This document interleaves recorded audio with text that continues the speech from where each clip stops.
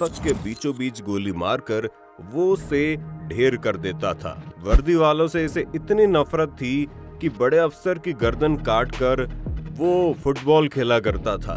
वो इतना बेरहम था कि पकड़े जाने के डर से उसने अपनी ही बेटी का गला घोंट दिया, वो भी उस वक्त जब वो बेचारी माँ का दूध पीती थी। उसके पीछे कई थानों और कई शहरों की नहीं बल्कि 2-3 राज्यों की पुलिस लगी हुई थी। सरकार उस पर 5 करोड़ का इनाम घोषित कर चुकी थी, लेकिन फिर भी उसे पकड़ा नहीं जा सका। अगर आप अब तक भी गैस न कर पाए हो तो छोड़िए ये दिमागी रस्साकसी, आपको बताई देते हैं कि हमारा आज का वीडियो कुख्यात चंदन तस्कर वीरप्पन पर आधारित है। आज देखते हैं इसकी जिंदगी का वो अनजान सच जिससे दुनिया आज तक बेखबर है। उम्मीद है आप हमारे साथ वीडियो के आखिर तक रहेंगे। वीरप्पन की जीवनी लिखी थी लेखक सुनाद रघुराम ने। यूं तो वीरप्पन बहुत ही टैलेंटेड और भगवान में आस्था रखने वाला इंसान था, लेकिन किशोरावस्था में ही वो अपराध के ऐसे रास्ते पर चल पड़ा जहां से वापस कभी समाज की तरफ नहीं आया जा सकता। इसने कर्नाटका तमिलनाडु के जंगलों में अपने अपराध की एक अलग ही दुनिया बसाई थी, जहां एक ये अकेला बेताज बादशाह था। जो उसके तरफ होता वो उसे इनाम देता, लेकिन अगर किसी पर भी शक हुआ तो ये पुलिस की तरफ है तो उसे बेरहमी से मारने में कोई संकोच नहीं करता था। तमिलनाडु के मुलाकाडू में 18 जनवरी 1952 को वीरप्पन का जन्म हुआ था। इसका पूरा नाम कूज मुन्नीस्वामी वीरप्पन था। वीरप्पन के पिता इसके गांव गोपीनाथम में एक चरवाहे थे। इसका फायदा ये हुआ कि वीरप्पन बचपन से ही जंगली रास्तों और वहां के सर्वाइवल के बारे में अच्छी तरह से जानकारी रखने लगा। इसे बचपन में मुलाकाई के नाम से भी जाना जाता था। एडल्ट होते होते 18 साल की उम्र में वीरप्पन इनलीगल हंटिंग करने वाले क्रिमिनल ग्रुप से जुड़ गया। उसके अपराधों की शुरुआत उसके अपने एक रिश्तेदार के जरिए, जिसका ये सहयोग किया करता था। सेवी गौंडेर नाम का वीरप्पन का रिलेटिव अपने समय का कुख्यात चंदन तस्कर था। वीरप्पन ने क्राइम की दुनिया में अपनी गाड़ी साल 1970 से स्टार्ट की और 1972 में पहली बार इसे गिरफ्तार किया गया। वीरप्पन चंदन की लकड़ी और हाथी दांत की तस्करी किया करता था। इसके अपराध के रास्ते में जो भी उसे रोकने के लिए आता, ये उसे जान से मार देता। 17 साल की उम्र में उसने पहली हत्या की थी और उसका पहला शिकार सरकार से जुड़ा हुआ कोई व्यक्ति था।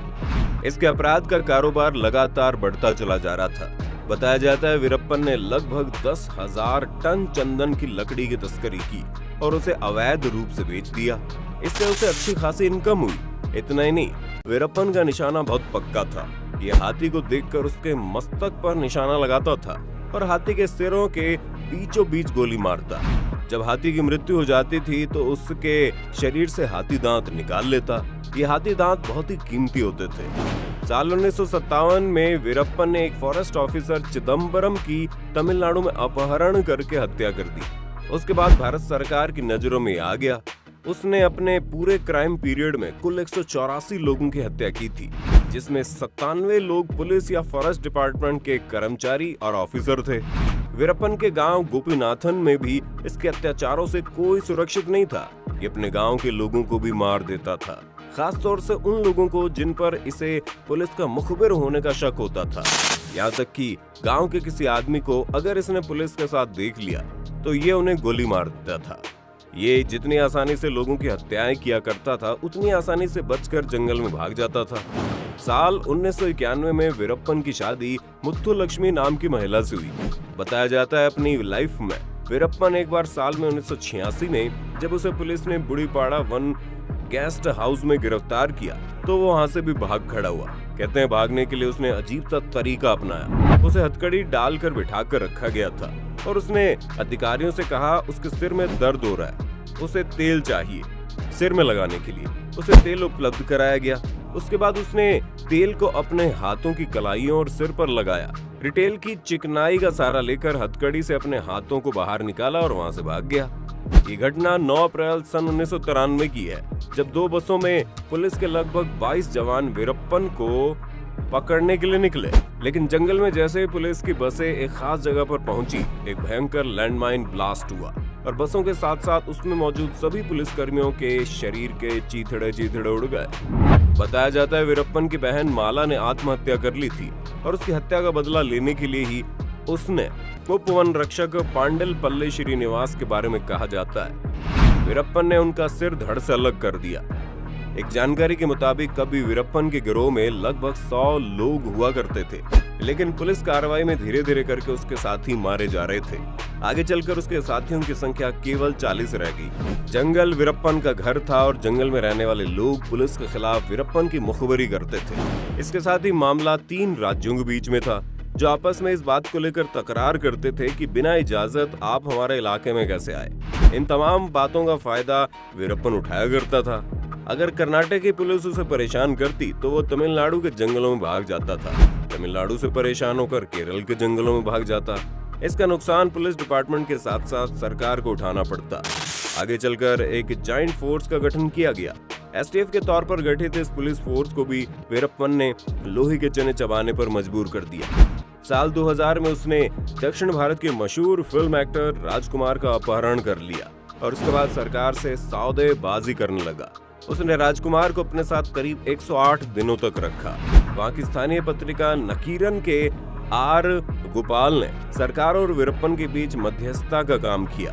आखिरकार तमिलनाडु और कर्नाटक दोनों ही सरकारों को उसके आगे झुकना पड़ा और उसकी मांगों को मानते हुए वीरप्पन को उस समय सरकार 50 करोड़ देकर अभिनेता राजकुमार को छुड़ा पाई।